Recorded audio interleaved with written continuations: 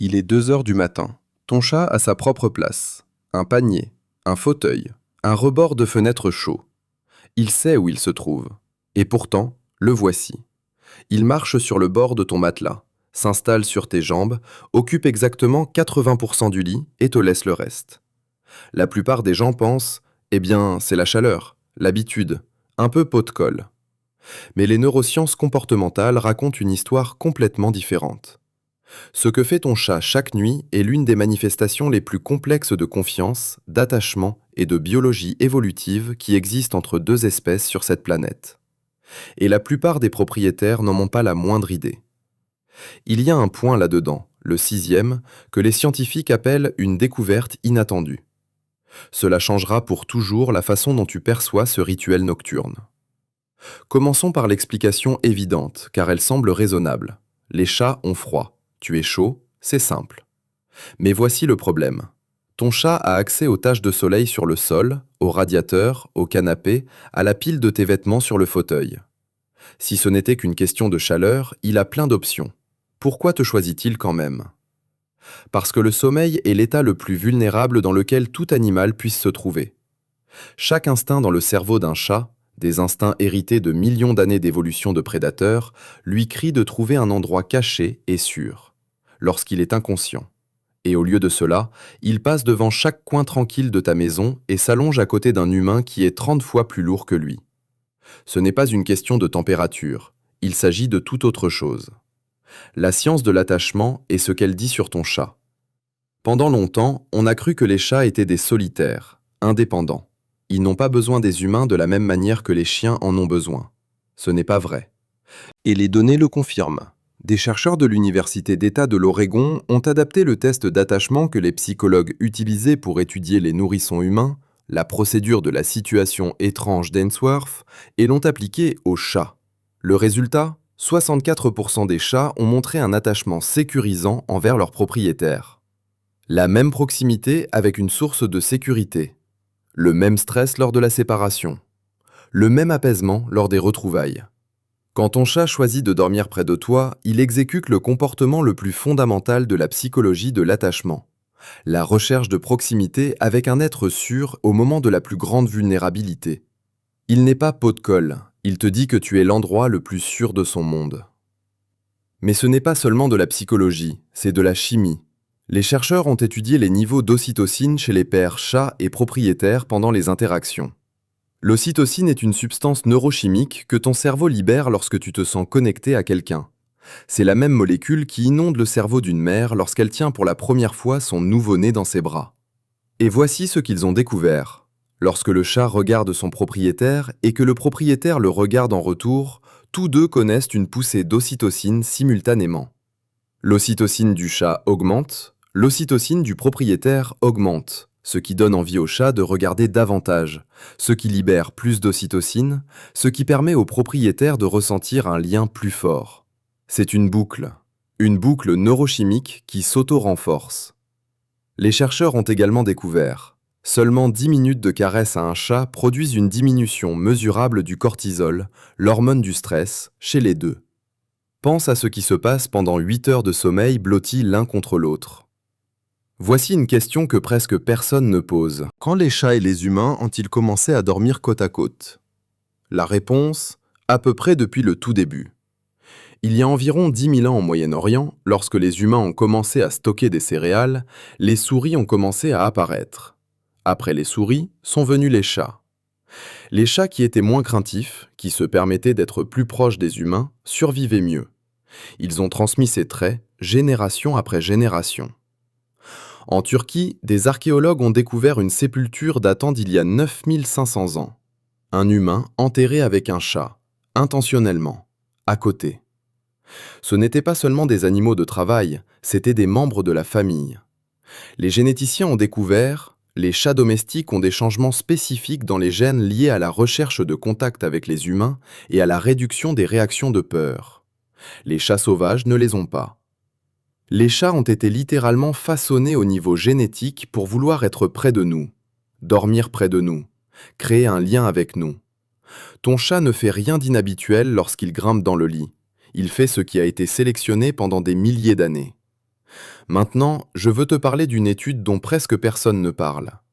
Les scientifiques ont mesuré la qualité du sommeil des personnes qui dorment avec un chat. Le résultat était paradoxal. Objectivement, les chats perturbaient le sommeil. Mouvement, déplacement, un chatouillement accidentel avec la queue à 3 heures du matin. Objectivement, les données étaient pires.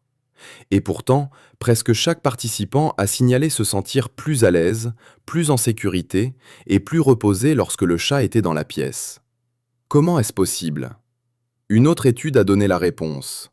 Les propriétaires se réveillaient brièvement à chaque fois que le chat bougeait, mais ne s'en souvenaient presque jamais le matin. Les perturbations physiques étaient réelles, mais le sentiment de sécurité était plus fort que les perturbations. Et c'est là que ça devient vraiment profond. Les avantages psychologiques de dormir à côté d'un être de confiance, d'avoir une présence chaude et respirante que ton système nerveux reconnaît comme sûre, peuvent être plus importants pour un sommeil réparateur que l'obscurité et le silence ininterrompu. Pendant la majeure partie de l'histoire humaine, nous avons dormi en groupe. La chambre à coucher isolée et solitaire est l'exception et non la règle. Peut-être que ton chat ne gâche pas ton sommeil. Peut-être qu'il restaure quelque chose de plus ancien que les règles d'hygiène du sommeil. Voici ce à quoi les chercheurs ne s'attendaient pas. J'en ai parlé au début. Les chercheurs ont observé des pairs chats et propriétaires dans différentes conditions et ont mesuré la variabilité de la fréquence cardiaque chez les deux. La variabilité de la fréquence cardiaque est l'un des meilleurs indicateurs du fonctionnement de ton système nerveux autonome. Une grande variabilité signifie que tu es détendu et régulé. Une faible signifie que ta réaction de stress est activée.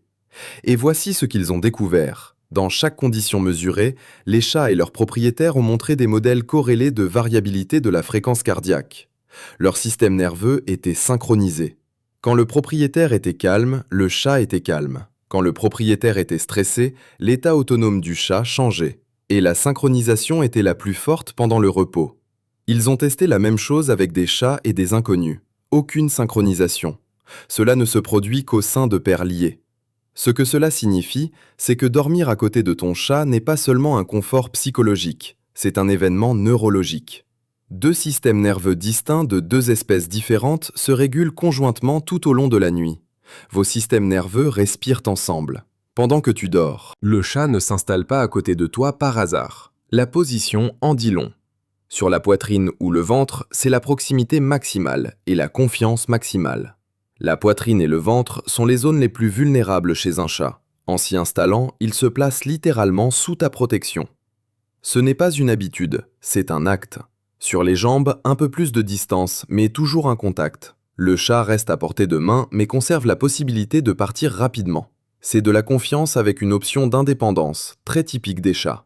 Près mais sans toucher, c'est aussi un choix. Certains chats expriment la proximité par la présence, plutôt que par le toucher. Ils doivent te voir, entendre ta respiration, sentir la chaleur. C'est suffisant. Et voici ce qui est important. Un chat qui s'installe sur toi n'ira pas vers quelqu'un en qui il n'a pas confiance. Il trouvera un autre endroit. Le fait qu'il t'ait choisi précisément et qu'il revienne vers toi chaque nuit n'est pas un accident. C'est une décision qu'il prend à nouveau à chaque fois. Il y a quelque chose dont il faut parler séparément. C'est peut-être la partie la plus importante. Si ton chat a dormi près de toi pendant des mois ou des années et qu'un jour il s'est arrêté, ne balaie pas ça d'un revers de main. Les chats sont des créatures d'habitude. Quand un comportement profondément enraciné disparaît, il y a toujours une raison. Parfois, c'est externe. Un nouvel animal dans la maison, une nouvelle personne, un changement dans ton emploi du temps. Les chats sont exceptionnellement sensibles aux changements sur leur territoire. Ce qui te semble insignifiant, pour eux peut être sismique. Mais parfois, c'est physique. Des chercheurs vétérinaires ont découvert que les changements de lieu de sommeil sont l'un des premiers signes comportementaux de la douleur. Ils apparaissent avant la boiterie, la raideur ou tout symptôme physique évident. Un chat qui a cessé de sauter sur le lit n'a peut-être pas décidé qu'il préférait le sol. Il est possible qu'il ait mal en sautant. Chez les chats âgés, la perturbation des habitudes de sommeil est un symptôme caractéristique du dysfonctionnement cognitif félin, l'équivalent félin de la démence. On estime que cela affecte un pourcentage important de chats de plus de 12 ans. Si le rituel nocturne a changé, fais attention. Ton chat n'a pas de langage. Le comportement est le seul moyen par lequel il peut te dire que quelque chose ne va pas. Quand il part avant toi. Les personnes ayant perdu un chat décrivent le même phénomène. Après quelques semaines, des problèmes de sommeil commencent, de l'anxiété, Le sentiment que quelque chose manque physiquement, pas seulement émotionnellement, mais bien corporellement. Ce n'est pas une métaphore de la perte, c'est l'arrêt de la régulation neurobiologique à laquelle l'organisme s'était adapté. Les doses nocturnes d'ocytocine, l'impact vibratoire, la synchronisation physiologique. Lorsque la source disparaît, le corps s'en rend compte avant que l'esprit n'ait le temps de réaliser la perte. Les psychologues travaillant sur le deuil de la perte d'un animal de compagnie soulignent que c'est un deuil à part entière, pas juste un chat. La perte d'une créature qui, chaque nuit, régulait littéralement ton système nerveux et la perte d'un thérapeute, d'un garde du corps et de l'ami le plus silencieux à la fois.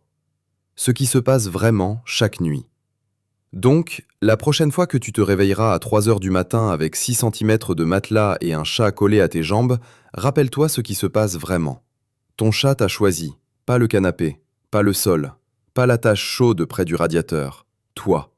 Parce que 10 000 ans d'évolution, une boucle neurochimique qu'aucune autre espèce ne partage avec nous, et un système d'attachement construit pour refléter le lien entre parents et enfants, tout cela pointait vers une chose. Dormir près de toi est l'endroit le plus sûr de son monde, et la science dit que cela pourrait aussi faire quelque chose pour toi. 2 systèmes nerveux, 2 espèces, une nuit après l'autre, synchronisés, au repos, vivant côte à côte. Ce n'est pas juste un chat sur le lit, c'est 10 000 ans de choix, et chaque nuit, il choisit à nouveau. Écris dans les commentaires où dort ton chat, sur la poitrine, sur les jambes, près mais sans toucher. Et cela a-t-il jamais changé? Abonne-toi, ici chaque vidéo révèle ce sur quoi ton chat reste silencieux.